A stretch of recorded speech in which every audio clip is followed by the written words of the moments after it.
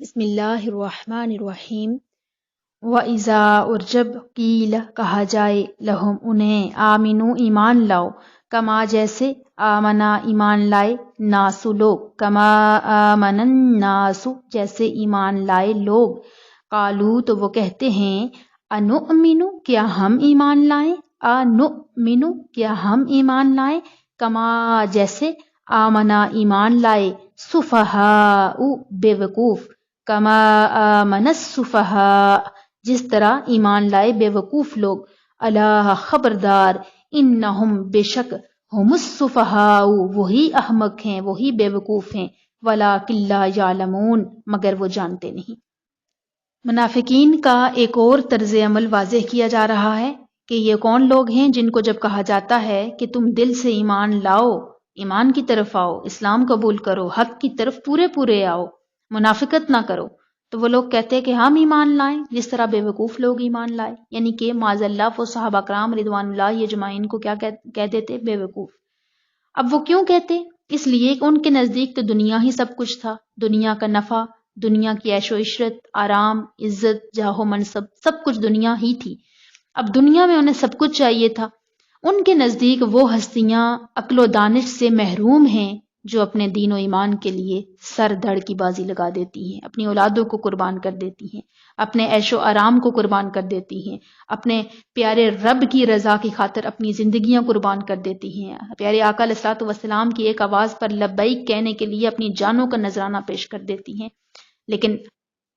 وہ لوگ ان لوگوں کو بے وقوف کہہ رہے تھے کیونکہ ان کے نزدیک صرف دنیا تھی۔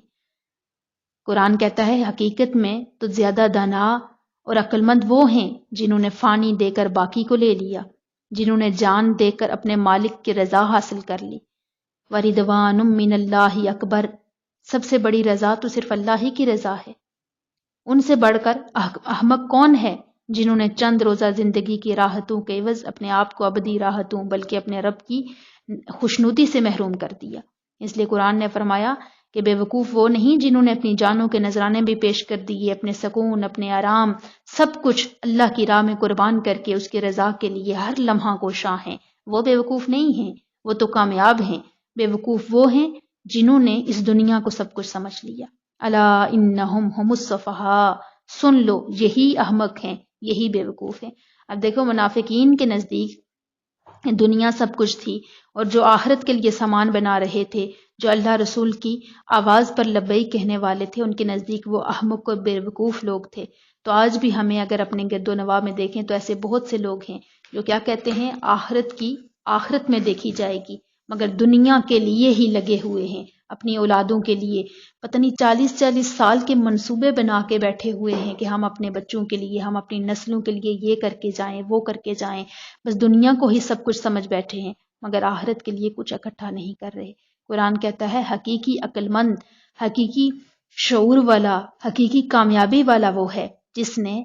آخرت کے لیے کچھ اکٹھا کر لیا، جس نے اللہ اور اس کے رسول کی خوشنودی حاصل کر لی۔ یہاں سے ایک اور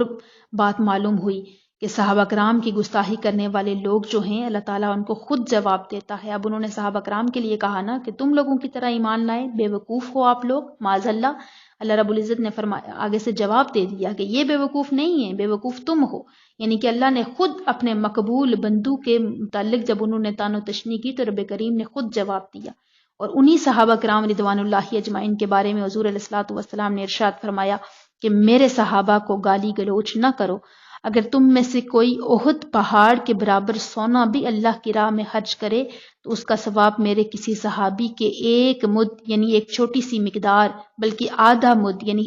بالکل ایک رائی کے دانے سے کم جو ذرہ ہوتا ہے اس کے خرچ کرنے کے برابر بھی نہیں ہو سکتا۔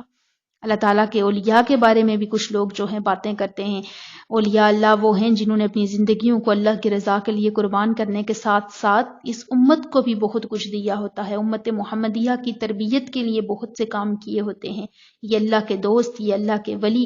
یہ اللہ اور اس کے رسول کی رضا کی خاطر سب کام کرنے والے، ان کے بارے میں بھی بہت کچھ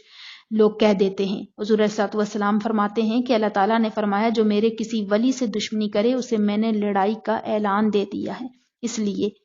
سب کو یہ نصیحت حاصل کرنی چاہیے کہ صحابہ کرام رضوان اللہ اجمعین ہوں یا اولیاء اللہ ہوں، وہ لوگ جنہوں نے اپنی زندگیوں کو صحیح راستے پر چلا کر اللہ اور اس کے رسول کی معرفت حاصل کر کے ہم تک پیغام حق پہنچایا، ہماری تربیت کرنے کے لیے، ہماری روح کو پاک کرنے کے لیے، ہماری زندگی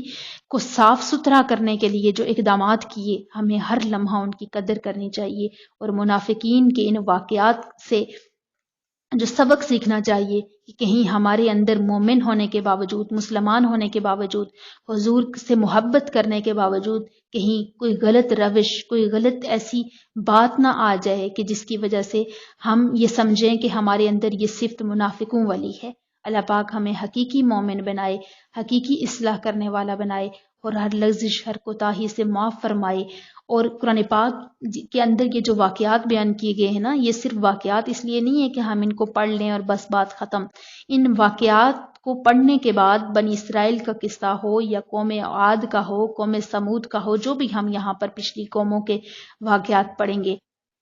ان کو پڑھنے کے بعد ہم نے یہ سوچنا ہے، اپنا محاسبہ کرنا ہے کہ کہیں ذرہ برابر بھی ان گناہوں کی آمیزش ہمارے اندر تو نہیں ہے کہ وہ گناہ انہوں نے کیا تھا تو اس وقت ان پر عذاب نازل ہوا تھا، تو کہیں اس گناہ کی آمیزش ہمارے اندر تو نہیں ہے۔ تو یوں ان واقعات سے سبق سیکھنا ہے اور اپنی اصلاح کرنی ہے۔ یہ واقعات صرف اور صرف پڑھنے کے لیے نہیں بلکہ اصلاح حاصل کرنے کے لیے ان واقعات کو بیان کیا گیا ہے۔